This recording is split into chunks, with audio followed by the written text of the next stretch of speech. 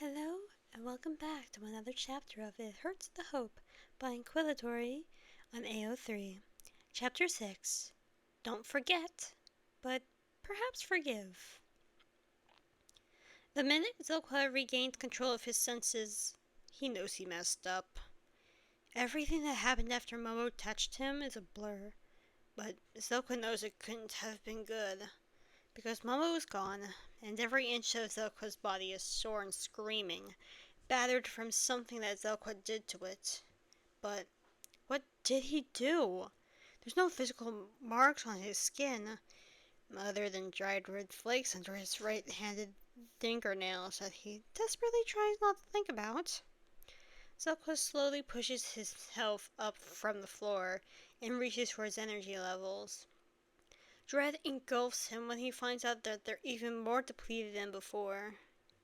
He glances down at the cuffs and tries to prod at them with his forcefully closed eyes. All he can tell is that they're thrumming with power, and they've been slightly weakened. Like something's been battling against their code and failing. And with that thought, memories come falling back into Zilkwa's mind in bits and pieces, like shards of a pot that are getting glued back together. He tried to break the cuffs. He tried to escape and break the cuffs, and failed because Zuma's power is something truly terrifying. Mumbo. A panicked face and pale fingers flashed through his mind. The memories gilded with panic and stained with red. The same red that is now under his nails. Oh, Void, he hurt Mumbo. He hurt Mumbo! His heart stutters abnormally, and his breath quickens, and it takes several painful moments to get both back under control. He's messed up. He's messed up so much.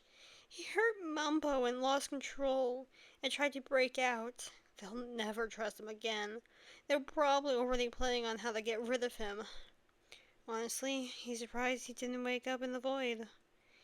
Every bit of hope that has somehow started to bloom over the past few days shrivels and withers away to ash. He's hurt one of the people who have shown him such kindness that he truly doesn't deserve, and right after he was given such beautiful things. His fingers drift across the sleeves of his new sweater, and an ugly, dark whirlpool of guilt swirls in his gut. Impulse had been so kind when he had given these to Zilkwa, passed on from yet another hermit who was too gracious. And how does Zilkwa overplay them both? By losing control of the very thing he swore not to use. If they weren't considering kicking him out before, they certainly are now. Zilkwa can't imagine why they would let him stay. The door clicks, pulling him free from the sharp confines of his mind, and Zilkwa is momentarily blinded by instinct and fear that he scrambles backwards so quickly he almost falls over. He doesn't stop until he's securely in the corner, and he watches in intense silence as the door swings open. It's Exuma, and Zilkwa is convinced all of his thoughts have been confirmed. The admin has finally made the decision that he should have made ages ago, and he's going to ban Zilkwa from the server. Throw him out into the crushing grip of the void. Maybe he'll even come along to see it to the end. Watch as the void he can so easily breathe suffocates the watcher and turns him back into basic code, left to scatter throughout the universe. Zilkwa knows that a few days ago he asked for the Void Walker to kill him, but he learns now that in a bolt of panic, that he doesn't want to die. He's tasted this sickly sweet poison of hope, and by the gods he's addicted. He doesn't want to die, but he's pretty sure he's about to. Zuma steps into the room and closes the door behind him. He turns to Zilkwa and looks him over. He does not sit. He does not take his helmet off, and the reflective visor is more terrifying than seeing an actual face. My players seem convinced that what happened was an accident. Zuma says, but there is no mistaking the cold caution in his voice. But Mumbo was hurt, and you've spent the last 2 hours in an energy-depleted hate of your own creation. I know you dislike talking, Watcher, but you're going to tell me why I shouldn't disobey my player's wishes and ban you here, right here and now. Zelka swallows hard and feels his wings stiffen behind him, dread overwhelming every other emotion in his mind, even the small pang of joy that sparks when he hears that someone has argued to save his life. Ever so slowly, Zelka stands on shaky feet, still staying in his corner. Even though he moves as slowly as possible, he can see the tension that sparks along Exuma's shoulders. And, oh, suddenly something makes sense. Because Zelka understands that in a flash of clarity, that Exuma is just scared of him, as he is of the admin. Is Mumbo okay? Zelka asks, and he's pretty sure that they're both surprised by the words. Neither of them expected for that to be the first thing to come out of the Watcher's mouth. He's fine, Zuma replies and reluctantly adds, the scratches weren't too deep. A simple healing potion cleared them up. He's more worried for you than he is hurt, if I'll be honest. He's more worried for you. Worried for you. That's something unfamiliar in Zelka's chest. There's something There's something unfamiliar in Zelka's chest, making it tight and hard to breathe. He can barely manage a small oh. That doesn't seem to explain his feelings properly. But he's understandably spooked, as are we all, which is why I need you to talk to me, Exuma says, getting them back on track. Why did you try to break the cuffs? I panicked. It's not nearly enough to explain the full body terror that Zelka felt when he snapped, but he doubts he'll ever be able to put that frenzy into words. I thought something, and it made me, I spiraled, and then he touched my shoulder, and I don't know what was happening or where I was, so I tried, but it didn't work, so I tried harder. Zelka cuts himself off with a small noise of distress, and buries his hands in his hair. He's pretty sure that's the most he's spoken since he'd been captured. But it doesn't really feel like a victory, because it makes little sense. He looks back up at Exuma, who's regarding him in a stone-cold silence. I didn't mean to do any of it, Zelka desperately tries to explain, to somehow get his point across. I really didn't, especially after you've all been so generous to me. And I really don't deserve this kind of luxury. And I have no idea why you've been doing this all if I'm a prisoner. We've locked you in a small room and are feeding you soup and bread. Zuma interrupts flatly, and there's something akin to a confusion coloring his words. I wouldn't exactly call it luxury. Zelka's mouth snaps shut, and he blinks at Exuma a few times, trying to gather his derailed thoughts back together. But you've been giving me so much food, and you gave me clothes, and people have come to visit me, and you put carpet on the floor. We've given you food, clothing, and shelter because they're basic necessities. Exuma interrupts again, this time with something that sounds like urgency. We don't want you running around loose, but we're not beasts. Beasts. Animals. Players are like animals to us, Zelka. You need to remember that. They're nothing but mindless pawns for us to move around as we wish. We are simply on a higher plane of existence to them. That is the way of things. You'll learn eventually. You're running from? Zelka shakes the voice of dark memories from his head and refocuses his gaze on Exuma.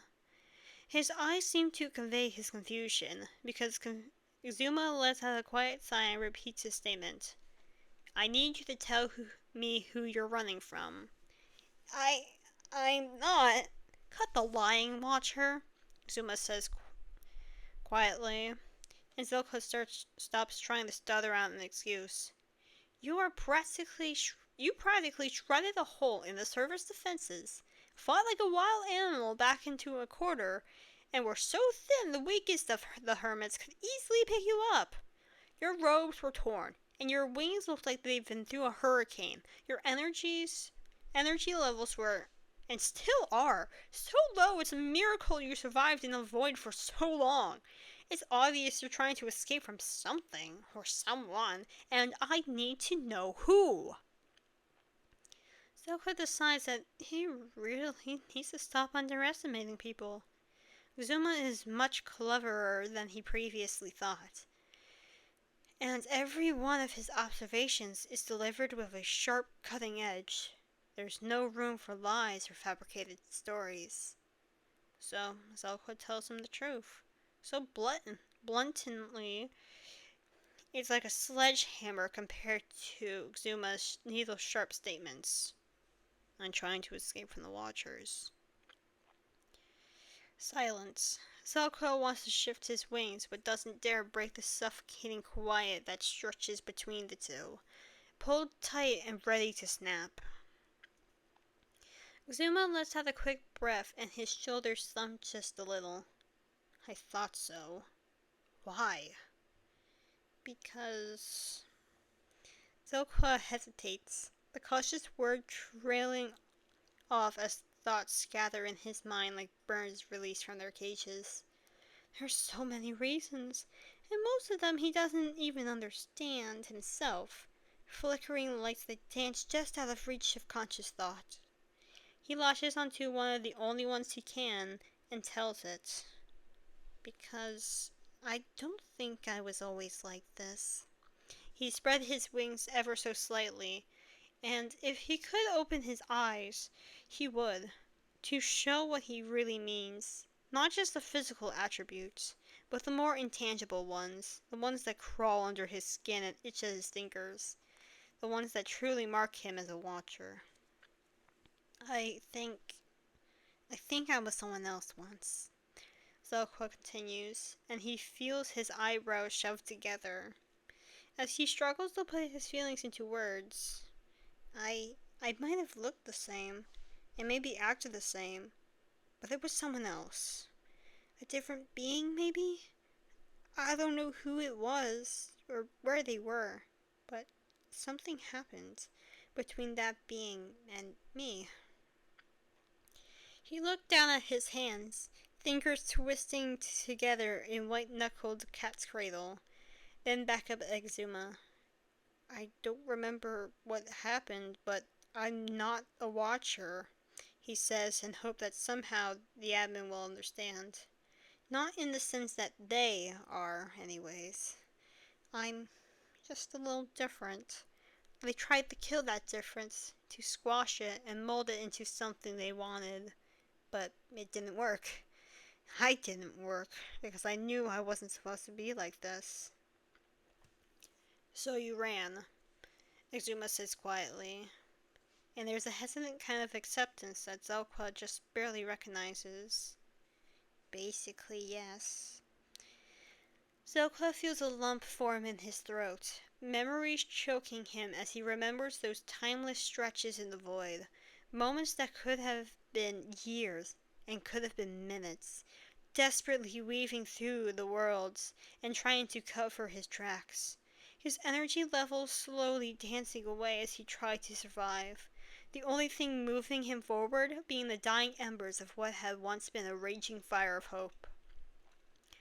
I ran for a long time, but they chose me for a reason, and they don't like to lose their things.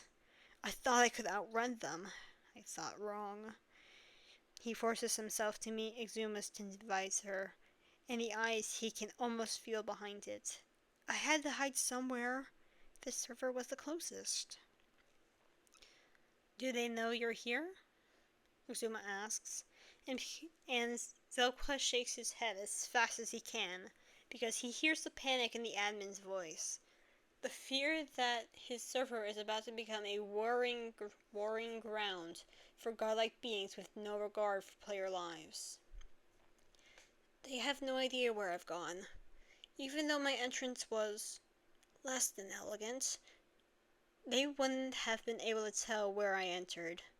I never would have endangered the server by leading them right to it. The last sentence seems to prompt a reaction, because a little more of the tension seeps away from Exuma's stance, and Zelko finds himself relaxing some more as well. I'm sorry, Zelko adds, because it seems pertinent. I understand if you decide to take more drastic measures. He tells himself he won't fight, no matter what those measures are, because these players have been so kind to him, and the least he can do is become as harmless as possible. All I'm gonna do right now is strengthen the cuffs, Exuma says, and Zelko practically collapses from relief. The dark images of bound wings and lightless cells fell away from his mind, and he straightens up ever so slightly. Even though he's proved himself a danger, they still seem determined to keep him in relative comfort, and although it baffles him, he's not complaining. But I've told Mumbo and Scar that they're not allowed to come in anymore, Xuma adds, and something fractures in Zelko's heart. He understands why, of course. The memory of nails striking skin and beads of red blood flash through his mind again. But it still hurts to hear. You did this to yourself. You did this to yourself, he reminds himself with as much ferocity as he can muster.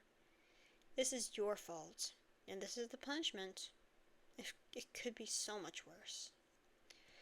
None of this is permanent, of course. We can't exactly keep you down here forever. What? Really? That's not exactly what Zuck was expecting. It's not like it's anything new. But I like to make sure that what happened won't happen again. He has no way of promising that, but he's sure as hell gonna try. And I'm gonna have Doc come in and run some scans. Zelka immediately freezes, mind going numb, and Exuma notices his reaction.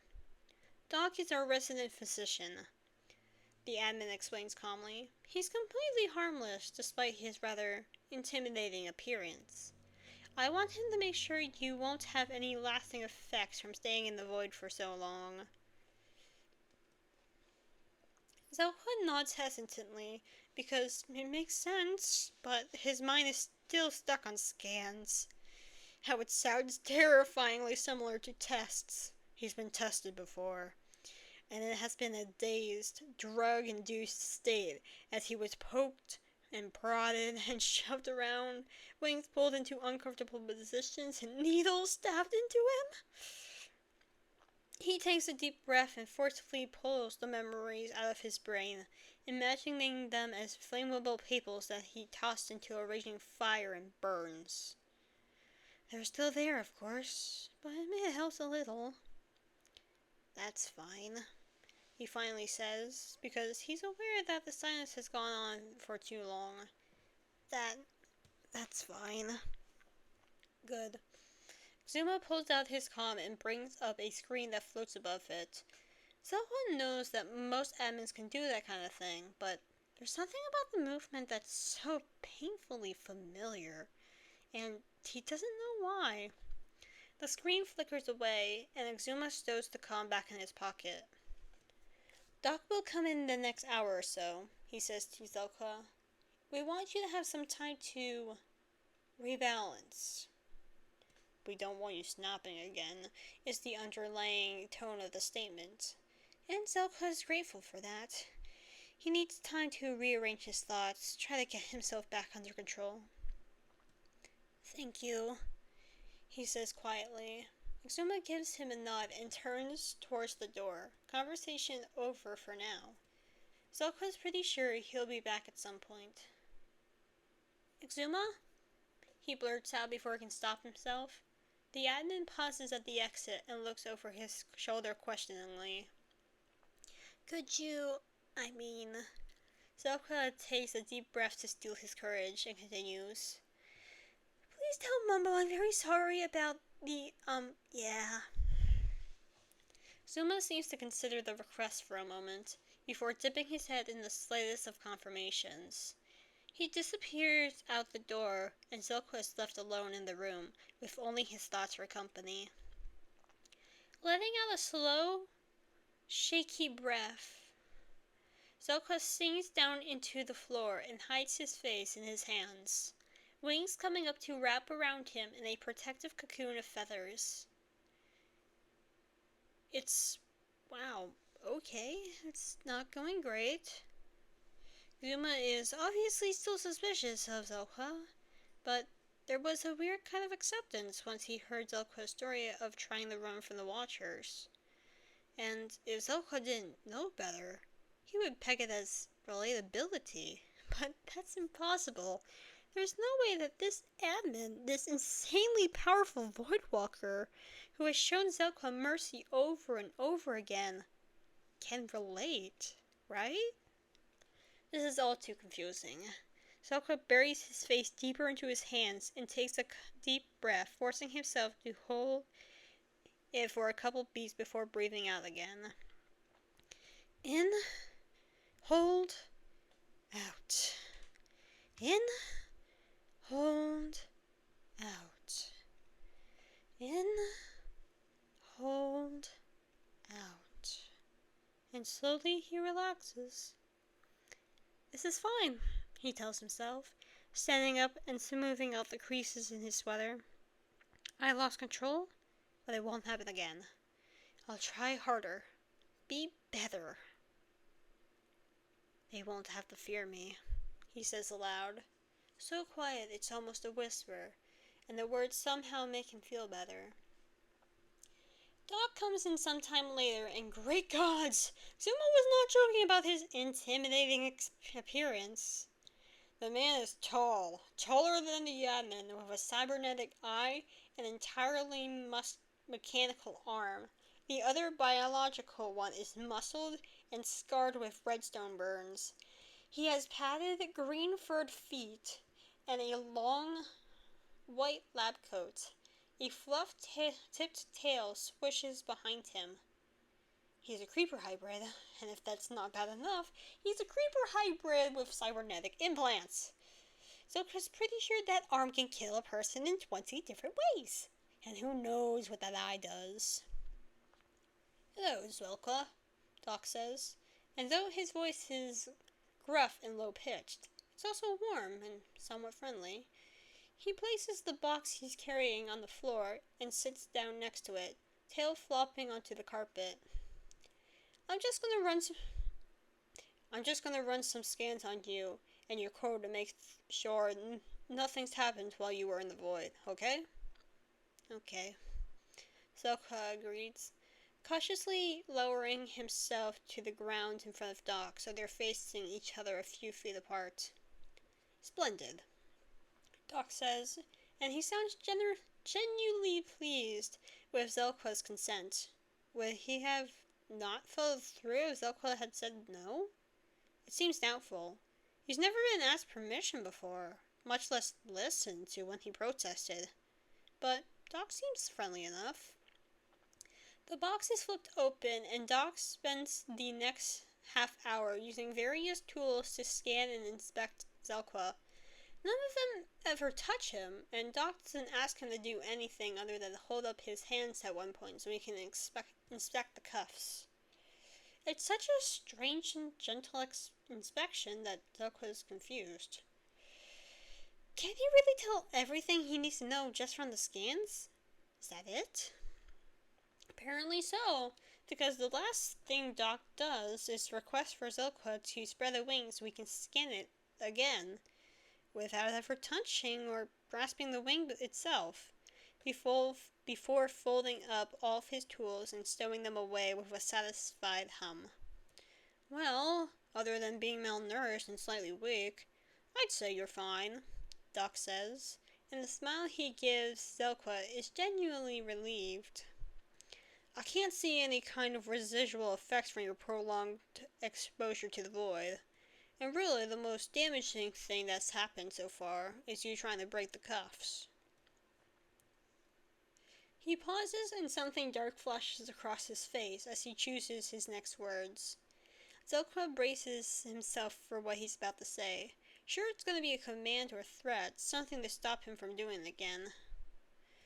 I understand that you were panicked and lost, but you could have been seriously injured. Xuma's code is stronger than most admins, and it's nothing to be taken lightly. So consider this doctor's orders. Let's not do that again, yeah? Zelqua nods, slightly surprised by the warm, teasing tone that the words are delivered with, and Doc gives him that bright smile of his again. It exposes his sharp canines, but Zelqua finds that he doesn't feel threatened by them. He smiles back. It's a small, cautious thing, the best twitch of his lips, but Doc seems to understand the sentiment. The creeper hybrid leaves soon after with a quick goodbye, and Zelqua's left feeling that maybe he hasn't quite messed everything up. Just most things. Doc M77. I finished the scans on our guest. Xuma Void. Good. Xuma Void. I'll be at your base in 10. What can you tell me then? Doc picks up one of his devices and slides it across the table towards Exuma. He watches as the admin plucks it up and plugs it into his comm. Screens lighting up as the scans are thrown up onto them. Well, he's definitely a watcher, but a weak one, Doc says as Exuma scrolls through the information. It's possible he's relatively young or new to the collective. We're still not sure how watchers reproduce, and we have no idea about their aging cycle either. But Exuma prompts because there's obviously something that Doc is leaving out. But there's something else, Doc says, and leans over to point at one of the screens. Exuma zooms in on it. I did an extensive scan of his physiology to make sure he wasn't injured, and also for further research. This is the first watcher any player has come into contact with in years. It could be monumental for research. Doc lets out a long breath, one that's edged with concern and something akin to dread. Xuma looks up at him with a questioning glance. He's a watcher, but he's not entirely watcher, Doc says and leans in, motioning at the screens they've magnified. There's an underlying physiological base in Zelqua's being, a foundation, if you will, something for the watcher parts to cling to and build off of. Doc leans back slightly and strings his next statement together with precision, knowing the impact it will have on his friend. He might be a watcher right now, but a long time ago, he was a player. Xuma is silent, and it's almost as if he's turned to stone. A statue of an armor-clad being, expression hidden by a helmet and a tinted visor. He stares at the information on his screen, as if it'll stick better to his mind the longer he looks at it. He said something similar when we spoke, Xuma finally says. Something about how he doesn't think he was always a watcher? But I didn't think... He trails off, but they both know what the end of that sentence would have sounded like. I didn't think he was a player. This changes a lot, Exuma says, and Doc nods solemnly, staying silent and letting Xuma gather his thoughts. It's still very possible that he's a threat, but... He sighs and yanks off his helmet in one swift motion, drawing slower breaths to get used to the heavier, thicker air of the overworld. Great void, Doc! What if we've been wrong this whole time? You reacted how an admin should, and no one can blame you for that, Doc reassures him in a soothing tone. For now, all we can do is provide him with whatever comforts we can, and try to assure him he's safe here. We don't know what his situation was like with the Watchers, but we can assume it wasn't good. Exuma nods along with what his friend is saying, but his mind is spinning on an entirely different track that he's not entirely sure he can stand thinking about. In a way, he's starting to realize he and Zelqua are somewhat alike, both with backstories they rather forget, both trying to run from something that can't be escaped. Maybe he had reacted wrongly when Zelqua first came to the server, and in nearly every interaction after. But he'd been acting out of what he knew and what he remembered. He just hopes that Zelqua will understand and forgive him, but he's not sure he deserves it. And that is the end of Chapter 6.